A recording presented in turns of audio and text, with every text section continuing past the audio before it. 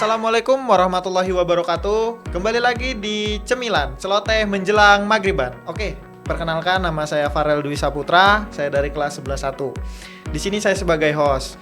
Nah, pada kesempatan kali ini kita kedatangan bintang tamu spesial nih dari salah satu guru SMA Al-Azhar 3 Bandar Lampung, yaitu Pak Angga Saputra. Halo, Assalamualaikum warahmatullahi wabarakatuh. Waalaikumsalam warahmatullahi wabarakatuh. Gimana Pak kabarnya Pak? Alhamdulillah, kabar baik, kabar sehat. Mudah-mudahan semuanya sehat juga ya, insyaallah. Alhamdulillah kalau gitu. Gimana Pak puasanya Pak? Alhamdulillah, puasa dari awal sampai dengan hari ini mudah-mudahan sampai selesai semuanya berjalan dengan baik, diberikan kesehatan, masih bisa melaksanakan ibadah-ibadah sunnah yang lainnya. Mudah-mudahan kita semua bisa menyelesaikan ibadah puasa kita dengan baik ya. Mudah-mudahan dapat pahala sebanyak-banyaknya insyaallah. Insyaallah. Berarti sebisa mungkin puasa ini jangan mengganggu tetap aktivitas kita sehari-hari ya Pak ya? Betul, justru harus tambah semangat lagi. Betul alhamdulillah. Oke Pak, mungkin kan ini banyak nih pertanyaan dari siswa-siswi SMA Al-Azhar Pak tentang dengan usia Bapak yang sekarang, Bapak sudah selesai S2 itu gimana sih Pak caranya? Masya Allah. Ya baik, agak panjang kita cerita sedikit ya. Nanti mudah-mudahan bisa menjadi inspirasi buat siswa-siswi, inspirasi buat anak-anak Bapak, buat teman-temannya nanti. Alhamdulillah sekarang usia 25 tahun ya. Alhamdulillah juga Allah berikan rezeki untuk bisa menyelesaikan studi S2 juga gitu. Iya, untuk bisa sampai di titik itu tentunya banyak sekali pengorbanan, banyak sekali waktu yang dikeluarkan ya. Pada intinya begini, kalau kita ada kemauan pasti ada jalan. Betul.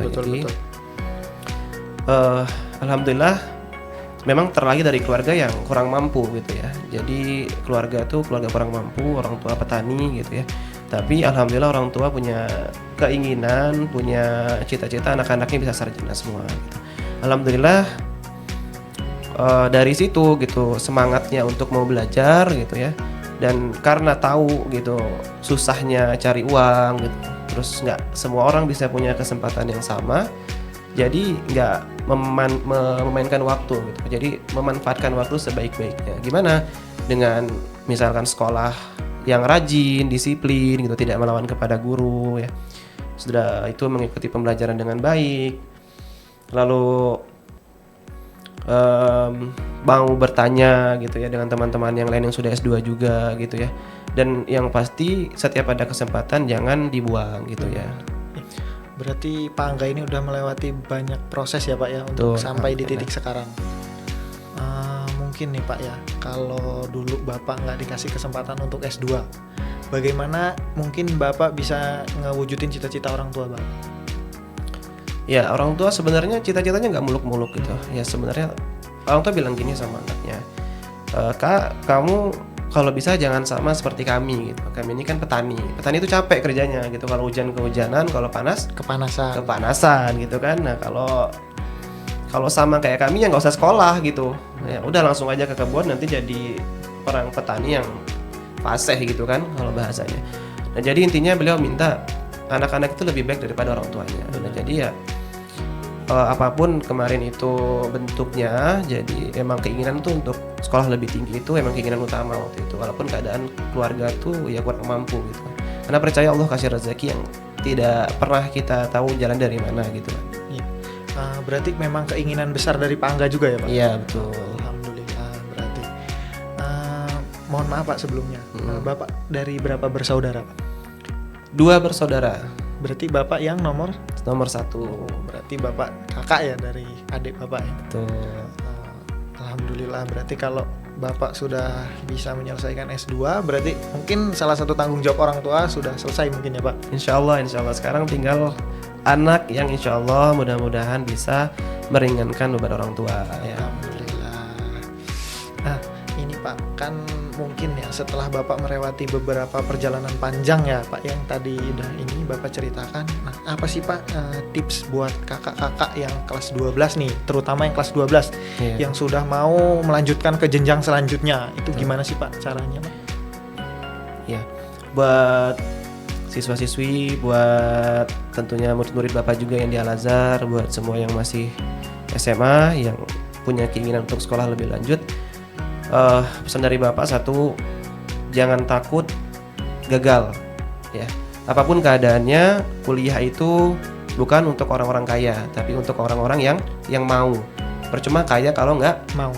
mau. Jadi intinya sekolah tinggi-tinggi itu untuk orang-orang yang mau kayak gitu. Berarti Lalu semangatnya ditingkatin. betul, semangat dan mau belajar gitu. Dan yang namanya perjalanan itu pasti ada resikonya ya, dan kita harus siap mengambil resikonya. Misalkan gini, saya mau kuliah di Unsri misalkan kayak gitu, tapi saya takut nanti di Unsri saya tinggal di mana gitu, saya jajannya gimana gitu. Insya Allah kalau kita takut, kita malah nggak tahu akan seperti apa. Tapi kalau kita mau coba apapun keadaannya, nanti pasti ada jalan di sana. Misalkan kayak Bapak nih dulu nggak punya tempat tinggal, bisa tinggal di masjid toh, jadi marbot gitu ya. Terus juga kalau masalah makan, insya Allah Allah tidak akan menyulitkan orang-orang yang mencari ilmu gitu. Ada aja rezekinya. Buktinya alhamdulillah sekarang masih hidup gitu kan ya. Nah, lalu kalau ketika ada peluang gitu ya, ada kemauan gitu, ya dikejar gitu ya. Jangan takut gitu.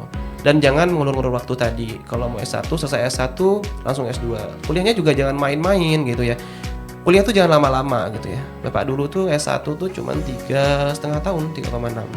Yang pada normalnya itu ya harus 4 tahun. Alhamdulillah bisa selesai 3,6 tahun. Lalu S2 tuh cuma 1 tahun 8 bulan, yang seharusnya 2 tahun gitu. Di mana itu? Di UIN Raden Intan Lampung ya, Universitas Islam Negeri Raden Intan Lampung. Berarti dua-duanya di sana. Iya, alhamdulillah S1 S2 di UIN Raden Intan Lampung, dan dua-duanya pakai biaya sendiri. Mantap. Berarti Pak Angga ini alhamdulillah mungkin dari pas masih kuliah ya Pak ya. Betul. Berarti sudah bisa sedikit demi sedikit bisa membiayai hidupnya sendiri. Alhamdulillah. Nah, itu kalau boleh tahu dari mana itu? Iya, jadi waktu itu sedikit cerita ya. Alhamdulillah sambil kuliah itu sambil ngajar-ngajar private gitu ya. Sambil ngajar-ngajar private, sambil ngajar-ngajar sekolah paket. Sekolah paket itu sekolah non formal, sekolah orang yang tidak bisa sekolah tapi pengen sekolah. Kayak ada paket A itu untuk SD, itu paket B untuk SMP. Kalau paket C berarti untuk SMA. Kalau orang-orang yang nggak sekolah dulunya pingin sekolah, berarti ngambil sekolah Paket. Nah dari situ alhamdulillah cukup gitu ya. Jadi nggak pernah sampai maksain orang tua harus ngirim gitu. Alhamdulillah ya dikasihnya orang tua, kurangnya kita cari sendiri gitu gimana caranya. Alhamdulillah, berarti ya insya Allah itu kasih jalan ya Pak ya. Betul. Jadi jangan takut buat adik-adik semua yang mau kuliah lebih tinggi, jangan takut ya, jangan takut lapar, jangan takut kedinginan, apalagi kehausan. Pasti semuanya ada jalan. Iya betul. Mungkin ya Pak ya, kalau dulu Bapak nggak kayak sekarang, mungkin Bapak nggak dapat pelajaran sebanyak ini mungkin ya Pak ya. Betul. Tadi kan Bapak sempat cerita nih Pak, kalau Bapak kuliah itu hanya di sarjana ya, sarjana S1 itu hanya 3,5 tahun. Nah, betul. Untuk itu gimana sih Pak caranya agar kuliah itu cepat gitu loh? Iya. Buat adik-adik semua yang lagi kuliah tuh nggak sama kayak sekolah nak ya. Buat adik-adik semua. Kenapa? Kuliah itu masuknya bareng, keluarnya nggak bareng. Ya. Nggak kalau kayak SMA itu kan, kalau nggak masuk sekolah 3 hari ditanyain ini anak kemana, rumahnya di mana, dicari tahu. Ini kenapa nggak masuk? Kalau kuliah nggak, ya semaumu. Kalau kamu mau dapat ilmu ya kamu kuliah. Kalau kamu mau bisa ya kamu datang ke kelas. Dosenmu nggak akan tanya, kok anak ini nggak kuliah kemana, nggak gitu. Artinya gimana caranya bisa cepat selesai ya? Setiap kuliah itu ada jam kuliah, datang gitu. Jangan malas gitu. Biasanya anak-anak kan gini, mahasiswa tuh gini, santai aja lah kuliah ini gitu ya, masih punya banyak waktu, telat-telat dikit nggak apa-apa. Itu jangan. Kenapa? Karena kalau telat kuliahnya, nanti telat juga dapat peluang kerjanya. Nah, setiap waktu kuliah usahakan masuk ke kelas. Yang kedua, jalin komunikasi seluas-luasnya. Akrab dengan teman-teman kelasnya, akrab dengan kakak-kakak tingkatnya yang sudah lebih tinggi, akrab juga dengan dosen-dosennya, akrab juga dengan pembimbing-pembimbingnya. Jadi kalau komunikasinya baik, ya insya Allah jalannya juga itu lancar ya. Karena kalau misalkan kita kuliah tapi kita komunikasinya kurang gitu, artinya dosen kita ini kan banyak yang diajar gitu ya. Jadi untuk bisa mengingat kita itu ya kita harus sering komunikasi gitu. Triknya seperti itu, deketin dosennya.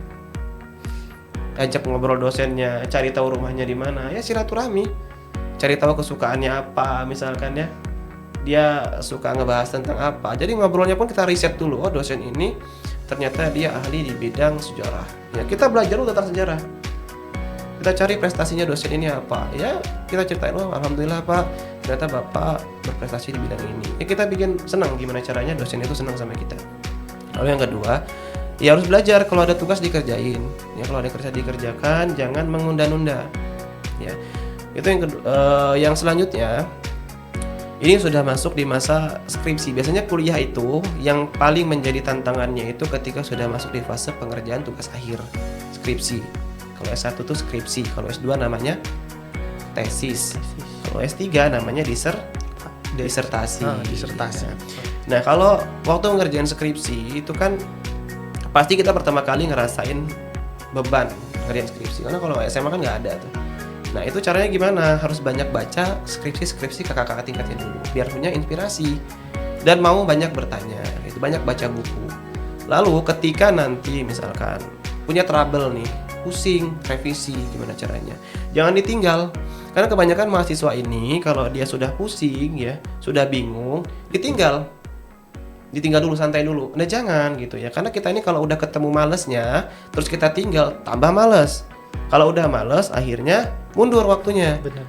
Nah, sementara satu semester itu kan cuma 6 bulan, betul kan ya? Betul. 6 bulan itu nggak lama gitu ya, belum kepotong masa-masa ribu dan lain-lainnya. Nah, pesannya adalah ketika menemukan masa-masa trouble adalah terus mau bertanya dan mau terus ngerjain. Ya pasti ada solusinya di situ. Nah, artinya jangan ditinggal. Lalu kalau ada masalah itu jangan bingung. Atau bahkan maaf, ada kasusnya ada mahasiswa bingung ngerjain skripsi akhirnya bunuh diri. Ada seperti itu. Nah, artinya jangan, kita itu kalau ada masalah ya pertama mungkin menghadap Allah, lalu banyak tanya, cari solusinya dengan kakak tingkat, dengan dosen-dosen yang lain.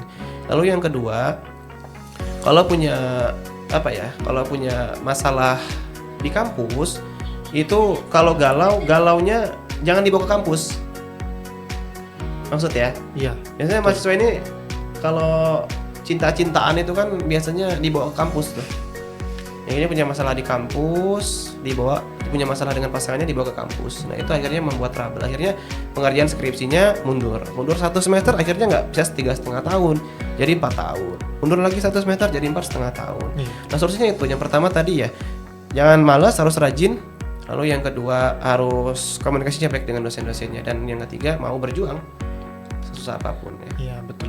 Berarti kan setiap perjalanan itu pasti akan ada cobaannya ya, Pak. Betul. Pasti kita tuh ngapain aja pasti ada cobaannya. Ya, berarti tinggal bagaimana kita menyikapinya dan bagaimana cara kita mengambil hikmah dari setiap perjalanan itu ya, Pak ya. Mau belajar, mau mencoba. Iya, betul. Oke, selanjutnya mungkin bagaimana Pak tips dari Pak Angga nih agar selama bulan Ramadan ini kita tetap efektif nih Pak dalam kegiatan. Iya. Jadi kita harus tahu konsepnya bahwa bulan suci Ramadan itu bulan yang penuh berkah. Apapun bentuk kebaikannya Allah lipat gandakan pahalanya. Nah, jadi kalau kita waktunya sekolah, jangan karena puasa jadi lemes, jangan. Gitu ya. Justru kita harus semangat, gitu ya. Misalkan gini, biasakan untuk habis sahur, gosok gigi dan jangan tidur lagi, tadarus untuk siap-siap ke sekolah, gitu ya. Lalu ketika di sekolah, ketika ketemu rasa capeknya, rasa malesnya, dilawan. Saya harus belajar, saya harus bisa. Jadi jangan jadikan bulan puasa itu tempat untuk kita bermalas-malasan, rugi gitu kan. Maka ketika bulan Ramadan tetap semangat untuk belajar, ditingkatkan lagi ibadahnya, seperti itu. Dijaga kesehatan pastinya ya. Kalau bulan puasa, kalau buka puasa tuh jangan semua dimakan.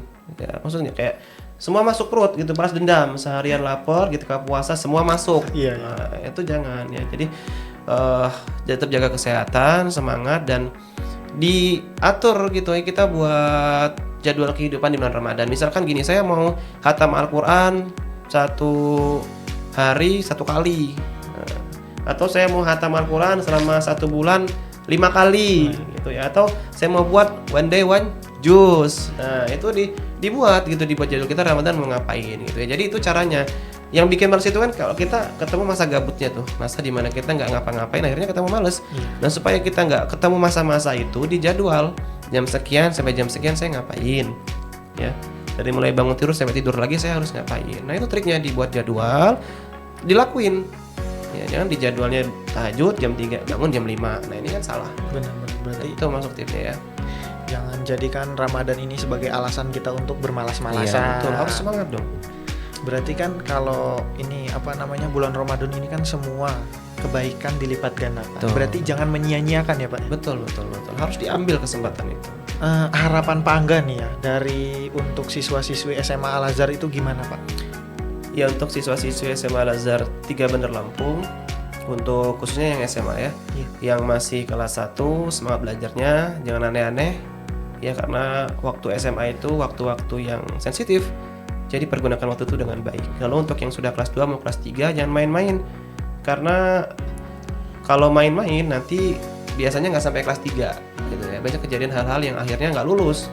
Nah untuk adik-adik yang sudah kelas 3 SMA, belajar yang rajin, tentukan pilihanmu mau kemana ya, tentukan mau kuliah di mana, mau ambil jurusan apa, pastikan memilih jurusan yang kamu mampu mengerjakannya ya, jangan kelihatannya keren, bagus, tapi kita nggak mampu.